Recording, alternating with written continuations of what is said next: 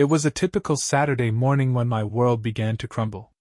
The sunlight streamed through the kitchen window, casting a golden glow over the breakfast table where my wife, Caroline, hummed softly as she poured milk into a bowl for our youngest. The twins, Danny and Dylan, bickered over syrup, and my eldest, Jacob, sat with his head buried in a book as usual. Even little Lily, who was only 6, giggled at the funny faces her sister Emma made to entertain her. Everything was perfect, or so I thought. We were a family of 7, chaotic, loving, and full of life. Caroline and I had been married for 15 years, and in all that time, I'd never doubted her loyalty. I wasn't the kind of man to question things like where she went, or who she spoke to. I trusted her completely.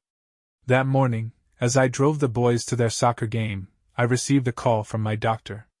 It was routine, just some follow-up tests after a recent health scare. But his words hit me like a punch to the gut. "Mr. Logan," Dr. Sanders said gently, "I need to inform you that the tests confirm you have azoospermia.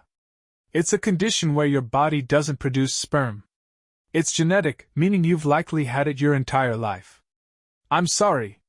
For a moment, I couldn't breathe. "I don't understand," I stammered. I have 5 children." My voice cracked as I said the words. There was a pause on the other end of the line. "Mr. Logan," Dr. Sanders began, his tone cautious, "the condition makes it impossible to conceive naturally. If you have children, they couldn't biologically be yours." I barely remember ending the call.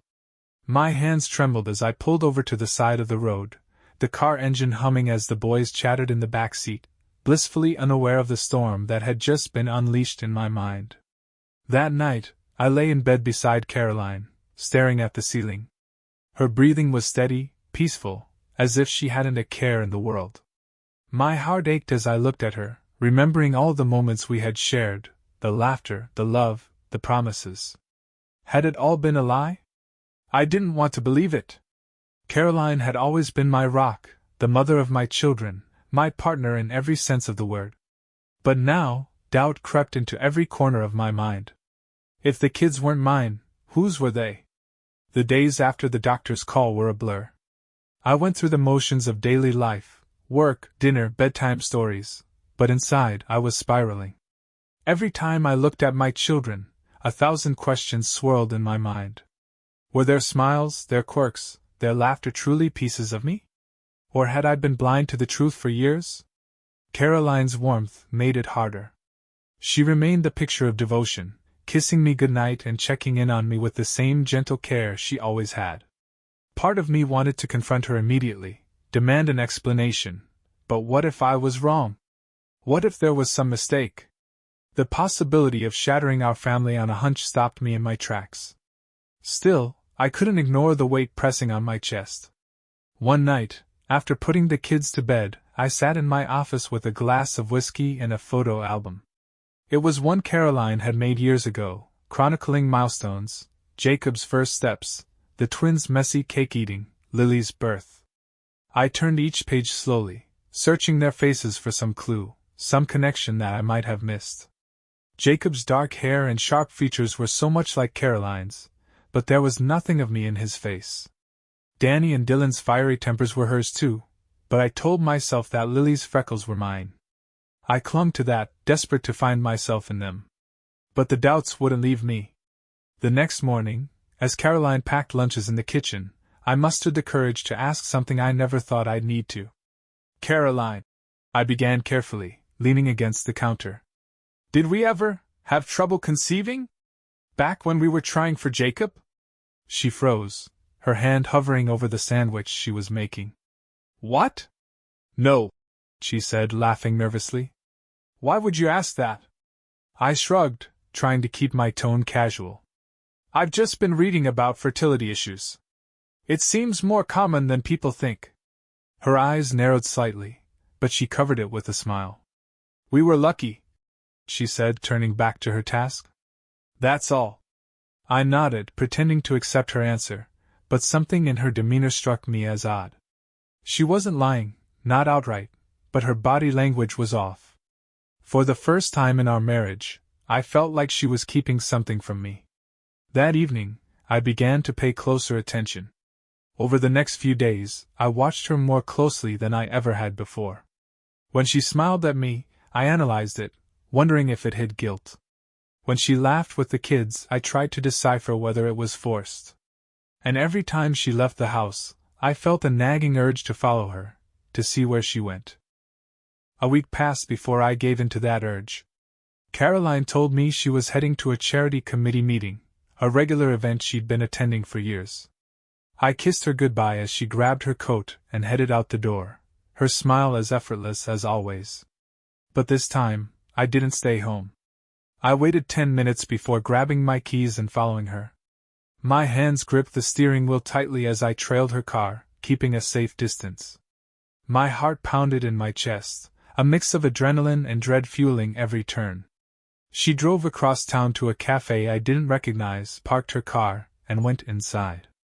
I waited in my car, watching. 15 minutes passed. 20. Then, through the window, I saw her. She wasn't alone. A man had joined her at the table, a man I'd never seen before.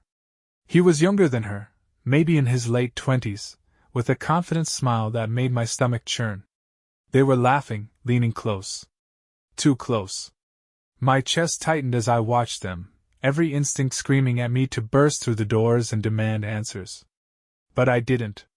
I stayed rooted in my seat, frozen by the fear of what I might uncover. An hour later, they left the cafe together. She hugged him, her arms lingering around his neck, before they parted ways. As she got back into her car and drove off, I sat there, staring after her, the weight of betrayal crushing down on me. Who was he? And what had she been hiding from me all these years? For days, I couldn't shake the image of Caroline and Andrew at the cafe. The way she laughed at something he said, tilting her head in a way I'd seen 1,000 times before. The way his hand lingered on hers just a second too long. And that hug, it wasn't the hug of siblings or old friends. It was the kind of hug that spoke of intimacy, of something deeper. Andrew. The name sounded so harmless when Caroline spoke it. She'd introduced him to me over a decade ago, shortly after we were married. "He's like a little brother to me," she had said, her voice warm with affection.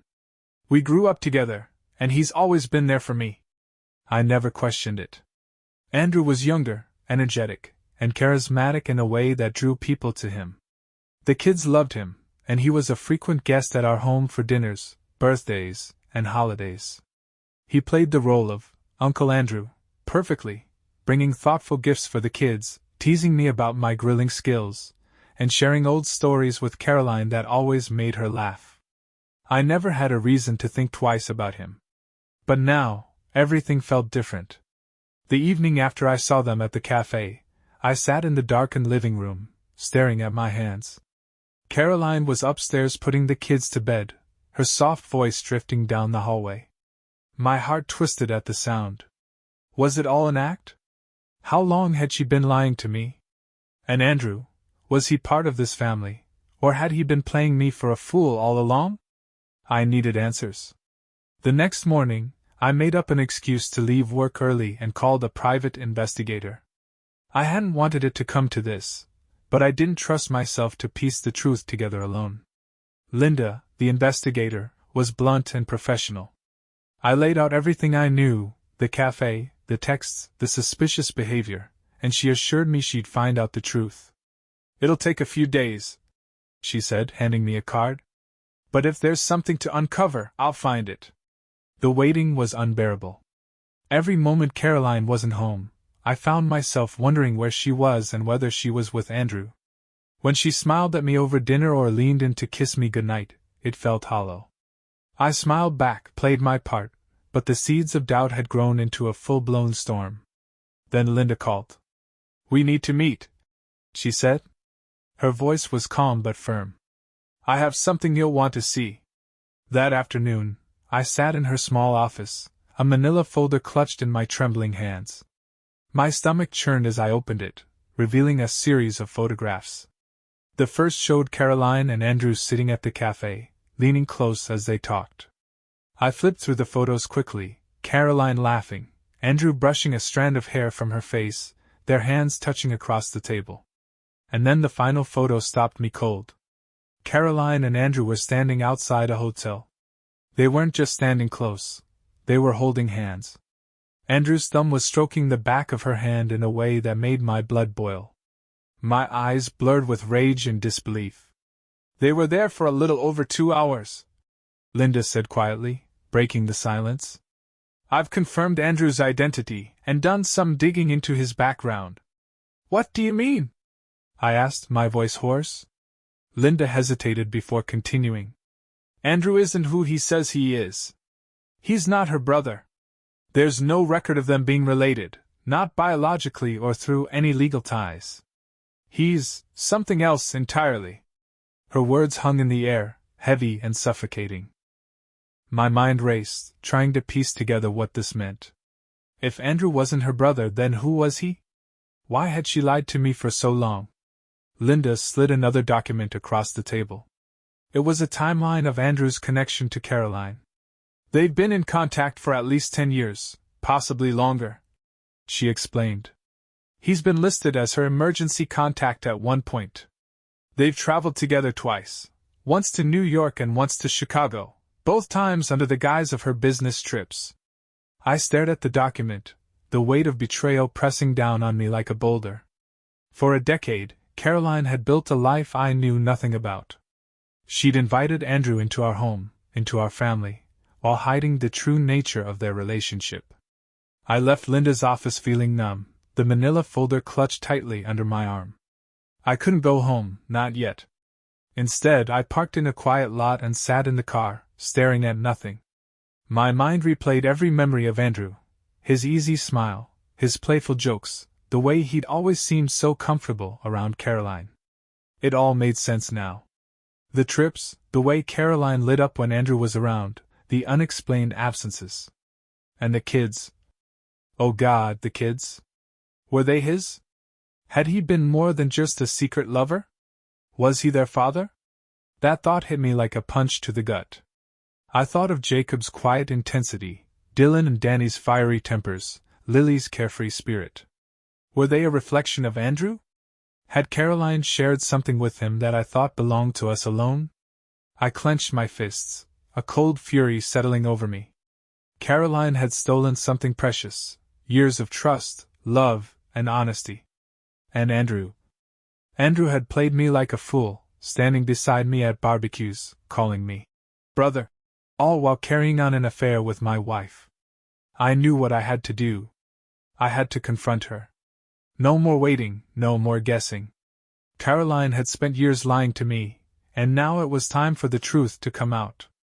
I drove home that evening with the manila folder in the passenger seat, my grip on the wheel so tight that my knuckles turned white. Every mile closer to the house fueled my anger and disbelief. For years, Caroline had painted a perfect picture of our marriage, a loving wife, a devoted mother. And I had believed it all. I had built my entire life around that belief. When I stepped through the front door, the house was quiet. The kids were playing upstairs, their laughter faint but comforting. Caroline was in the kitchen, humming softly as she stirred a pot of pasta. The familiar scent of garlic and basil filled the air, but it didn't soothe me like it usually did. "Hey, you're home early," she said with a smile when she noticed me. "Dinner's almost ready. How was your day?" I didn't respond. Instead, I placed the folder on the counter and opened it, spreading the photographs and documents out in front of her. Caroline's smile faded instantly. "What is this?" she asked, her voice trembling slightly. "You tell me," I said, my tone sharp. "You've been lying to me for years, Caroline. Don't you think it's time I finally heard the truth?" Her eyes darted to the photos, the cafe, the hand-holding, the hotel. Her face drained of color, and she took a step back, clutching the counter for support. "Where did you get these?" she whispered. "That doesn't matter," I said coldly. "What matters is that I know. I know you've been meeting Andrew. I know he's not your brother. I know you've been lying to me, to the kids, to everyone. So tell me, Caroline, who is he really?" Tears welled in her eyes as she opened her mouth, but no words came out. She looked like she wanted to deny it, to come up with some excuse, but the evidence was right there in front of her. "Do you even know how humiliating this is?" I said, my voice rising.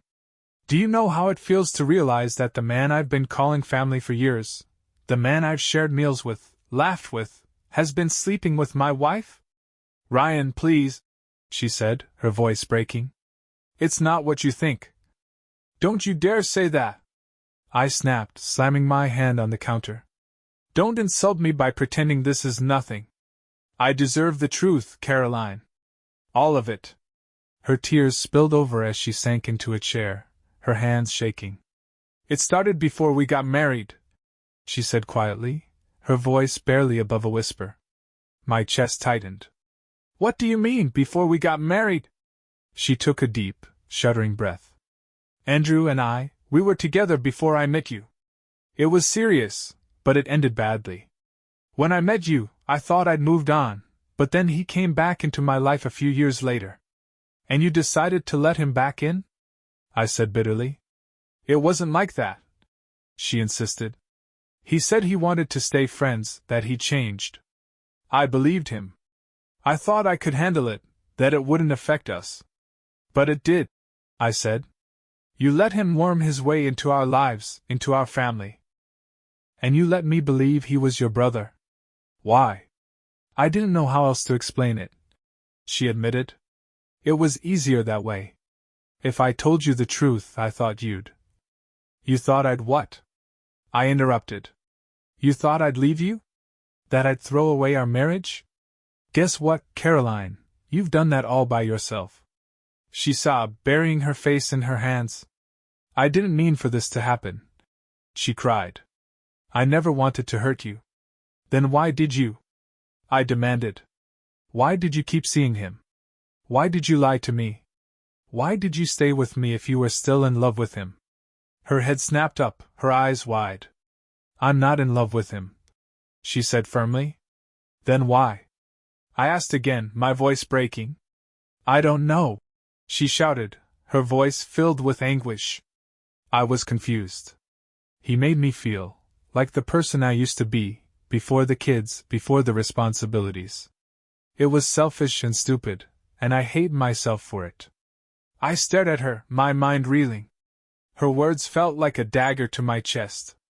She wasn't just confessing to an affair, she was confessing that she had betrayed everything we'd built together for the sake of nostalgia.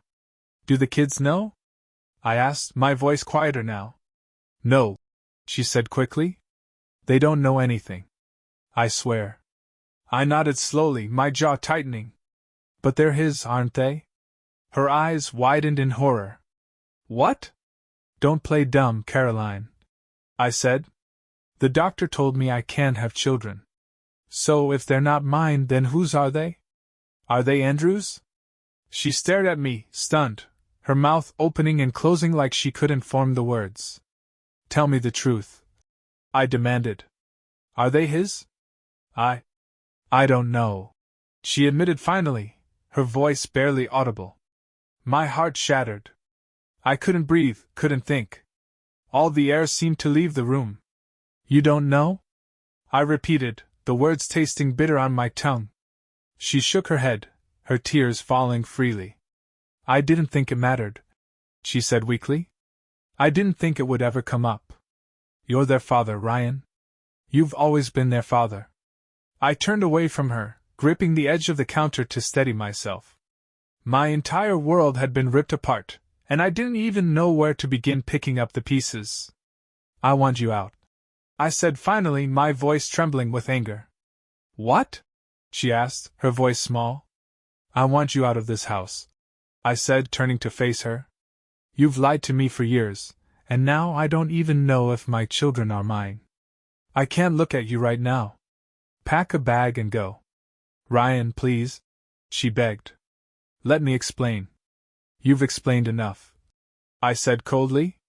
"Go." She sobbed as she stood, her shoulders shaking. She looked at me one last time, her eyes filled with regret before she left the room. Moments later, I heard the front door close. And for the first time in 15 years, I was alone in the house that had once been my home. The silence in the house was suffocating. For the first time in 15 years, Caroline's absence was more than just a few hours running errands or taking a weekend trip with her charity group. It was final, tangible, and heavy. The kids were still upstairs, laughing as if the ground beneath our family hadn't just cracked wide open. I sat in the kitchen, staring at the manila folder on the counter. The photos were damning, each one more painful than the last. Every moment captured in those images felt like a betrayal etched into my soul. The thought of confronting the children gnawed at me, but I couldn't bring myself to shatter their world, not yet. Caroline had texted me once since leaving, a simple, desperate plea. Please let me come back and talk to you. For the kids, Ryan. I'll stay anywhere, but don't do this to them. I didn't reply. The next morning, the kids came downstairs as usual, their laughter filling the kitchen. Lily climbed into my lap, her small arms wrapping around my neck. Where's Mommy? She asked, her voice sweet and innocent. She had to go away for a little while, I said softly, brushing a strand of hair from her face. When will she be back? Jacob asked, his sharp eyes narrowing. He was 14 now, old enough to sense when something wasn't right. I'm not sure, I admitted. But she'll still see you. I promise. Jacob's jaw tightened, but he didn't press me further. Danny and Dylan, oblivious to the tension, were already rummaging through the fridge, and Emma seemed more preoccupied with her phone than the absence of her mother. I tried to keep things normal for their sake. Pancakes on Saturday morning, movie nights on Fridays, anything to maintain a sense of stability while my own world crumbled. But behind the scenes, I was preparing for a battle. That week, I met with my lawyer. Claire was sharp, no nonsense, and direct in her approach. You have a strong case for divorce, she said as I laid out the evidence. The photographs, the hotel stays, the texts, it's all compelling. But the custody issue is more complicated. How so? I asked, my stomach sinking. If you're questioning paternity, we'll need to address that before moving forward, Claire explained. You have two options, DNA tests for the children, or you proceed as their legal father regardless of biology. The idea of DNA testing turned my stomach. I couldn't bear the thought of treating my children like strangers, reducing them to samples and paperwork. But at the same time, I needed to know. The uncertainty was a weight I couldn't carry anymore.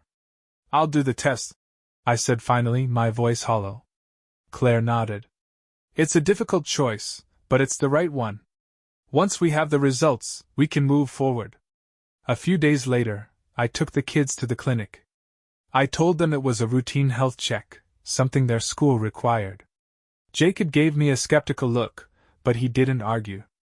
As I sat in the waiting room, watching each of them disappear behind the clinic door, my chest tightened with every passing second. The results would take a week.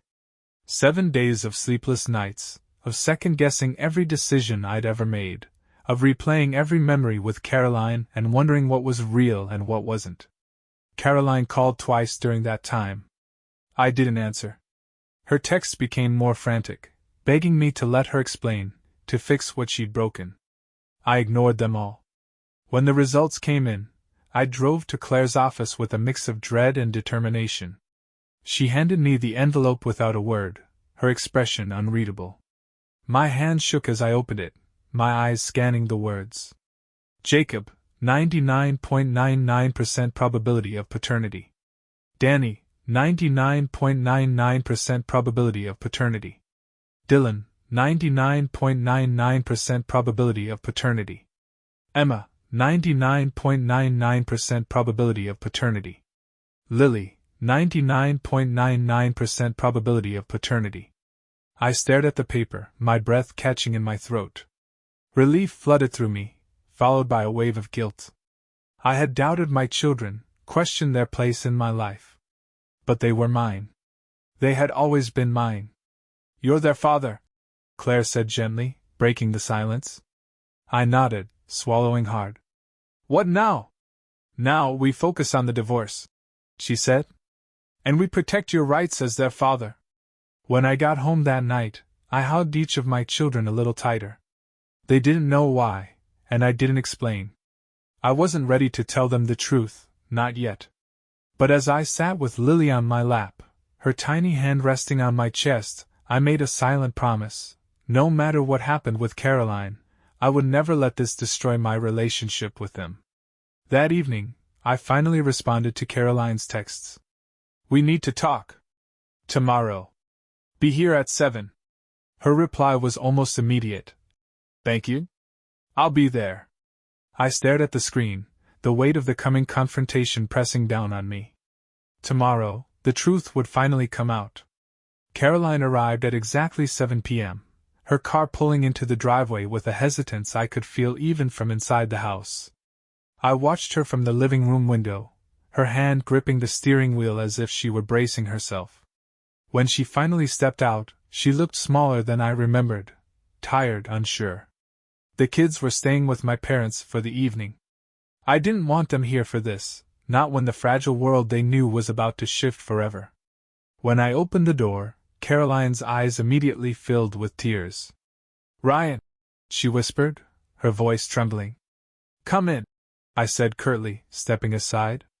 She hesitated for a moment before walking past me into the house.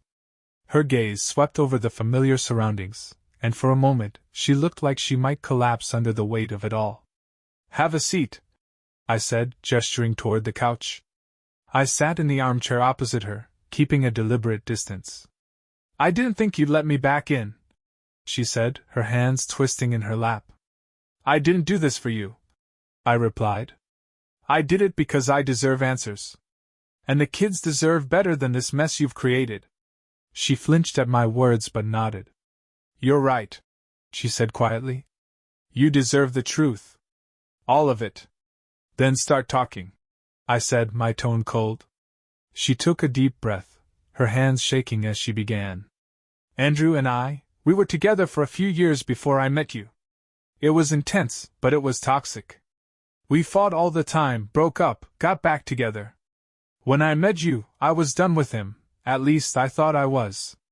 You were everything he wasn't, steady, kind, dependable. I thought I'd found the life I wanted. But you let him back in," I said, my voice hard. "Why?" Her face crumpled, tears spilling over. "He came back into my life a few years after we got married. He reached out, said he wanted to make amends, to be friends. I thought it was harmless at first. I thought I could keep it separate from us."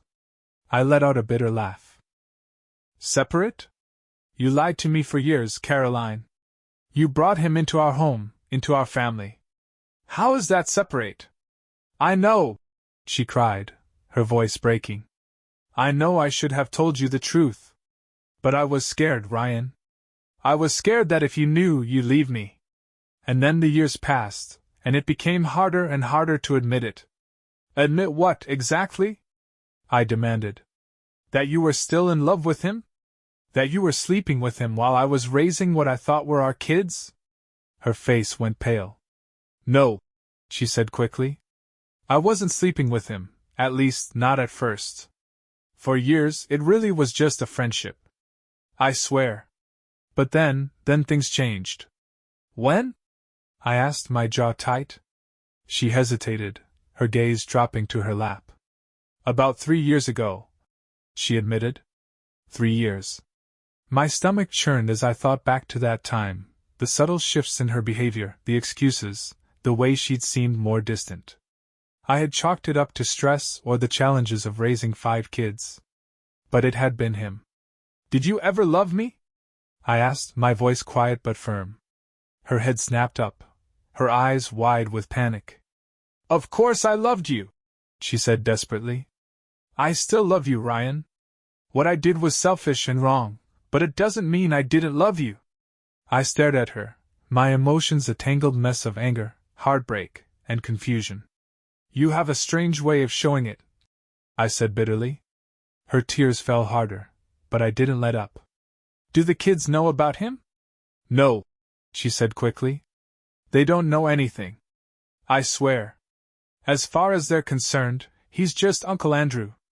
I clenched my fists, my nails digging into my palms. And you expect me to believe you've never questioned their paternity? Her face crumpled again, and she buried it in her hands. I don't know, she sobbed. I don't know, Ryan. I've never done a test. I didn't want to know. I didn't want to risk it. You didn't want to risk it? I repeated, my voice rising. So you let me raise them, love them, dedicate my life to them, all while knowing there was a chance they weren't even mine? I didn't think it mattered, she cried. You're their father, Ryan. You always have been. Biology doesn't change that. I stood abruptly, unable to sit still any longer. I paced the room, my chest heaving with the weight of everything she had said. You don't get to decide what matters, Caroline, I said, my voice trembling with rage. You stole that choice from me. For a moment neither of us spoke. The silence was thick with pain and regret. Finally, I turned to face her. I had the kids tested, I said flatly. Her eyes widened, and she stood, her hands clutching the back of the couch for support. What? I had their DNA tested, I said again, my voice cold. Because I needed to know. Her lips parted, but no words came out. She looked like she might collapse under the weight of what I was about to say. They're mine, I said, my voice softening just slightly. All of them. Her knees buckled, and she sank back onto the couch, her sobs racking her body. Thank God, she whispered through her tears. Thank God. I stared at her, my emotions too raw to process. You might think that makes this better, I said, my voice icy. But it doesn't. It doesn't erase the lies, the betrayal, the years of deceit. She looked up at me, her tear-streaked face filled with desperation. Ryan, please, she begged. I'll do anything to fix this. Therapy, counseling, whatever it takes. Just don't give up on us. Don't give up on the kids. I shook my head, my heart breaking all over again. This isn't about the kids, I said. This is about you and me. And I don't think there's anything left to fix. Her sobs filled the room, but I didn't offer her comfort. I couldn't. The damage was done, and I didn't know if I would ever be able to forgive her. I'll contact my lawyer tomorrow, I said, my voice hollow. We'll figure out the details then. And with that, I left her sitting there, broken and weeping, as I walked upstairs to the empty bed that used to be ours. The days after the confrontation were some of the hardest of my life. The truth was out now, laid bare like an open wound, but the pain didn't ease with its exposure. If anything, it grew sharper, more defined. Caroline was gone, staying with her sister a few towns over, while I stayed in the house with the kids. The silence she left behind was deafening. I didn't tell the children the full truth. Not yet. How could I? All they knew was that their mother wasn't living with us for the time being, and they'd ask when she'd be back.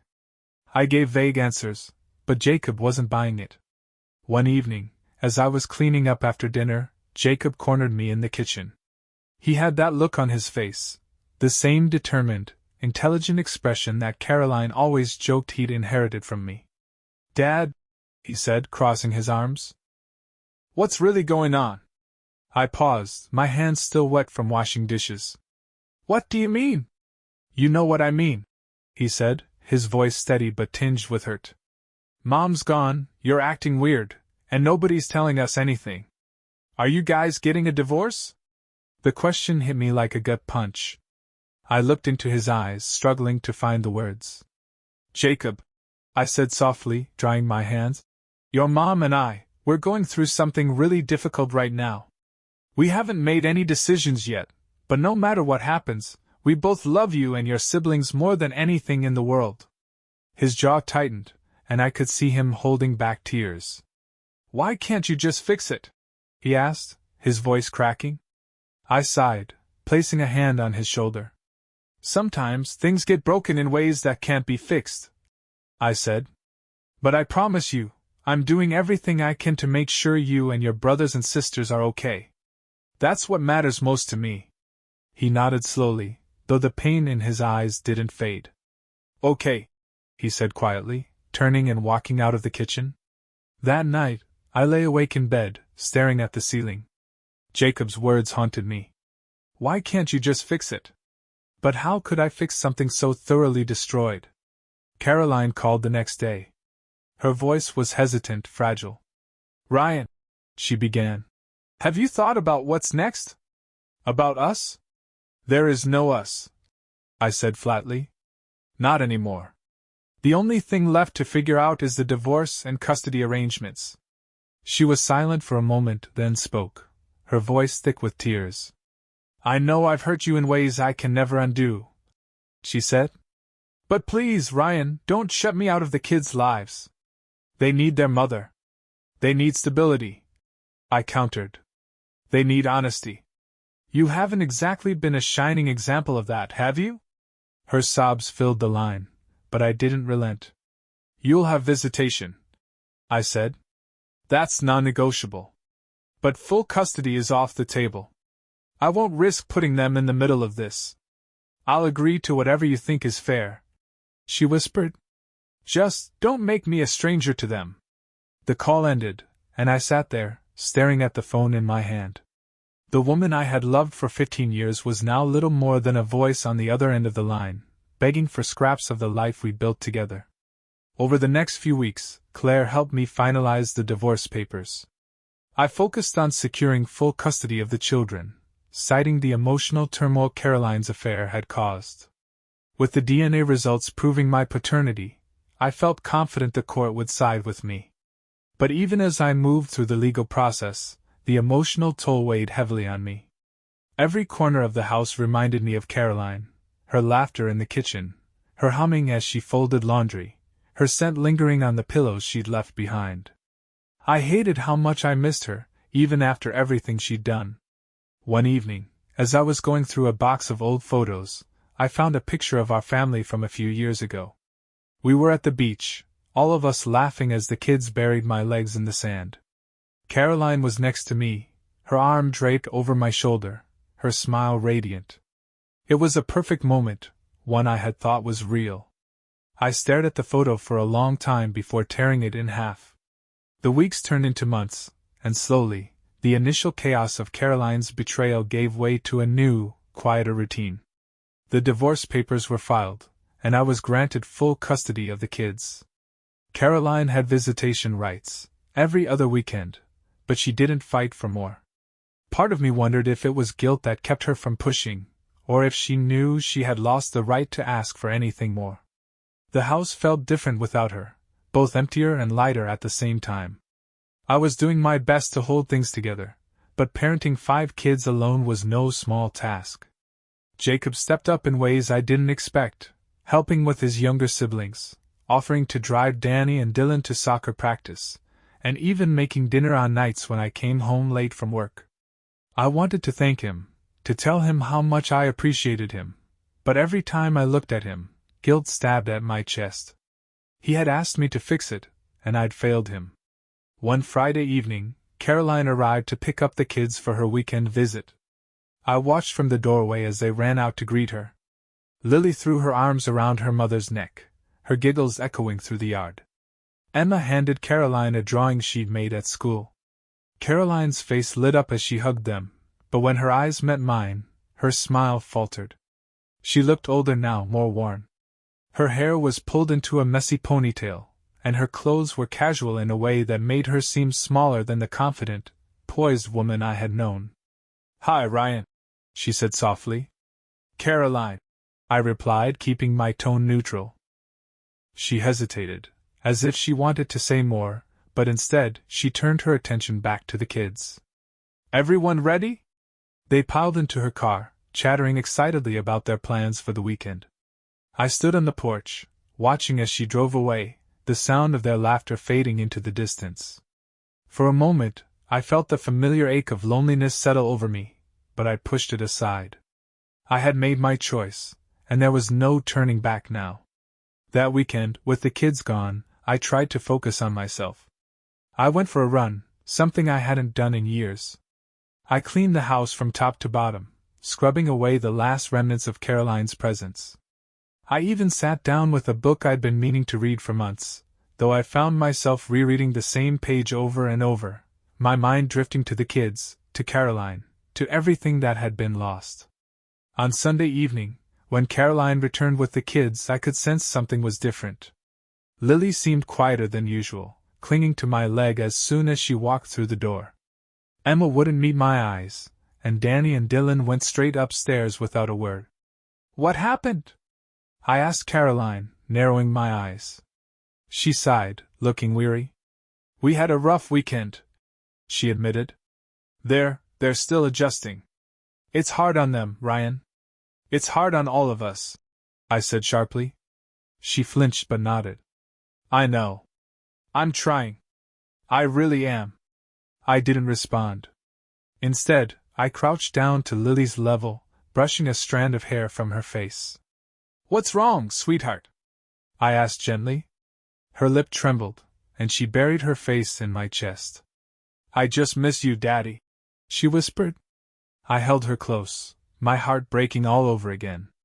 Caroline lingered for a moment longer, as if she wanted to say something, but when I didn't acknowledge her, she turned and left. That night, after the kids were in bed, Jacob came to me, his expression grim. "Dad," he said, his voice low, "we need to talk." I gestured for him to sit down. "What's on your mind?" "It's about Mom," he said. "When we were with her this weekend, she started crying. She said she missed you and that she wished she could fix things." I clenched my jaw, forcing myself to stay calm. "What did you say to her?" "I didn't say anything," Jacob admitted. "I didn't know what to say. But I need to know, Dad. Are you and Mom ever going to get back together?" The question hung in the air, heavy and painful. I took a deep breath, choosing my words carefully. "Jacob," I said slowly, "your mom and I both love you and your siblings very much. But sometimes, love isn't enough to fix everything. What happened between us, it's not something we can come back from." He nodded, his expression hardening. "I just don't want her to hurt you again," he said. "She won't," I assured him. "I won't let her." The days began to settle into a routine: work, the kids' school activities, family dinners where I tried to keep things as normal as possible. But the cracks were still there, lingering just beneath the surface. Each time Caroline picked up the kids for her visitation, there was a new reminder of the strain between us: Emma's quiet avoidance, Jacob's wary glances, Lily's clinginess when she came home. I spent those weekends alone, trying to find pieces of myself again. I threw myself into projects around the house, fixing things I'd ignored for years: leaky faucets, wobbly shelves, the fence in the backyard that the kids had been complaining about for months. It was work that kept my hands busy, but my mind still wandered to everything I'd lost. One Saturday morning, while I was repairing a broken chair in the garage, my phone buzzed on the workbench. It was Caroline. "Ryan, can we talk? Please. Just for a few minutes." I stared at the message for a long time, debating whether to reply. Part of me didn't want to give her the satisfaction of a response, but another part, the part still aching from the wreckage she'd left behind, needed to understand what she was thinking. "Fine," I replied. "Meet me at the park. Noon." The park was neutral territory, somewhere familiar, open, and public enough that the conversation couldn't spiral out of control. When I arrived, Caroline was already there, sitting on a bench near the playground. She looked nervous, her hands fidgeting in her lap. "Thanks for meeting me," she said as I approached. I didn't sit. I stayed standing, my arms crossed. "What do you want, Caroline?" She looked up at me, her eyes red and tired. "I want to apologize," she said, her voice breaking. "For everything. For the lies, the betrayal, the hurt I caused you and the kids. I know I can't take any of it back, but I need you to know that I regret it every single day." Her words felt hollow, like an echo of all the apologies she'd given me before. "Why now?" I asked. "You've already said you're sorry a dozen times. What makes this time different?" "Because I've been trying to figure out how to be better," she said, her voice trembling. "I've been seeing a counselor. I'm trying to understand why I made the choices I did, why I hurt the people I love most in the world. And I realized I need to take responsibility, even if it doesn't change anything between us. I let out a bitter laugh, shaking my head. You think saying sorry is enough to fix this? You didn't just betray me, Caroline. You shattered everything we built together. Do you know what it's like to wonder if the life you've lived for 15 years was a lie? Tears spilled down her cheeks, but I didn't stop. You didn't just hurt me, you hurt the kids, I continued. Do you know what it's like to watch Jacob step up as if he's the parent now, or to see Lily cry because she thinks this is her fault? You put all of that on their shoulders, and they don't deserve it. Caroline sobbed quietly, her head bowed. I know, she whispered. I know, Ryan. And I hate myself for it. The anger that had been simmering inside me for months finally began to cool, replaced by a weary sense of resignation. You should hate yourself, I said softly. But that doesn't mean I'll let you back into my life. This isn't about us anymore. It's about the kids. And right now, they need stability. They need to know that at least one of their parents won't let them down. She looked up at me, her eyes filled with regret. I don't expect forgiveness, she said. I don't expect anything. But I'm not going to give up on being a better mother. They deserve that much from me. I nodded, my voice firm. Then prove it. Show up for them. Be consistent. Stop trying to fix things with words and actually do the work. I will, she said, her voice steadying. I promise. I turned to leave, but before I walked away, I said one last thing. For their sake, I hope you keep that promise. That night, I sat down with the kids at the dinner table, looking at their faces that still carried traces of hurt, confusion, and loss. I cleared my throat, gathering my courage. I want you all to know something, I said, my voice steady but soft. No matter what happens between your mom and me, I'm here for you. Always. You can talk to me about anything, and we'll get through this together. Jacob nodded, his expression unreadable. Emma gave me a small smile, and Danny and Dylan exchanged a glance before focusing back on their plates. But it was Lily who climbed into my lap, wrapping her tiny arms around me. I love you, Daddy, she whispered, her head resting against my chest. I love you too, sweetheart, I said, holding her close. As I sat there with my children, I realized that while my marriage to Caroline was over, my role as their father wasn't. They were my reason to keep moving forward, my anchor in a storm that had nearly destroyed me. Caroline had made her choices, and I had made mine. Now it was time to rebuild brick by brick, step by step. For them. For me. For the future. It had been a year since Caroline's betrayal came to light, a year filled with challenges, heartache, and moments of clarity I never thought I'd find. Life had changed in ways I couldn't have imagined, but somehow, I'd found a way to keep moving forward. The divorce was finalized 6 months ago. It had been civil, mostly because Caroline didn't fight me on anything. She stuck to her visitation schedule and made an effort to be present for the kids in ways she hadn't before. True to her word, she seemed committed to becoming a better mother. And though I still struggled to trust her, I couldn't deny that the kids were happier when she was consistent. Our family was fractured, but it was finding its shape again. One Saturday morning, as the sun poured through the kitchen windows, I stood at the stove flipping pancakes. Lily sat at the table, drawing pictures with crayons, while Jacob helped the twins set the table. Emma was still upstairs, but her loud music let me know she was awake. Can we add chocolate chips this time? Dylan asked, grinning. Chocolate chips are for special occasions, I said, raising an eyebrow. It's Saturday, Danny argued. That's special. I laughed, shaking my head as I reached for the bag of chocolate chips. Fine. But don't tell your mom. She'll say I'm spoiling you. The kids cheered, and I felt a warmth spread through my chest.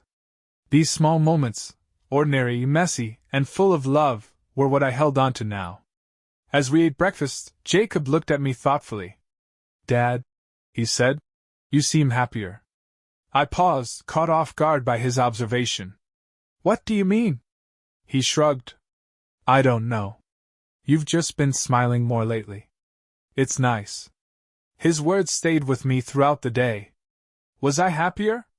In some ways, I supposed I was. The pain of the past year hadn't disappeared, but it had softened, dulled by time and the small victories of rebuilding my life. That evening, after the kids were in bed, I sat on the porch with a cup of coffee, watching the stars. The house was quiet, peaceful. For the first time in a long time, I felt a sense of calm. My phone buzzed on the table beside me. It was a message from Caroline. "I know it's late, but I wanted to thank you. For everything you've done for the kids, for being steady when I wasn't. They're lucky to have you. And so am I." I stared at the message for a long moment before typing a short reply. "I'm doing what they need. That's what matters." Her response came quickly. "I hope one day you'll find someone who loves you the way you deserve to be loved. You're a good man, Ryan." I didn't reply. Her words, though well-meaning, stirred something inside me, a mix of sadness and hope. I wasn't ready to think about moving on, about opening myself up to love again. But maybe, someday, I would be. For now, my focus was on my kids. They were my world, my anchor, and my reason for every choice I made. As I sat there, the cool breeze brushing against my face, I realized something important. I had survived. The betrayal, the heartbreak, the doubts, they hadn't destroyed me. They had shaped me, yes, but they hadn't defined me. This was my new beginning. Not the one I had planned, but one I was ready to embrace. And for the first time in a long time, I felt free. If you want more stories like this, don't forget to like, comment, and subscribe.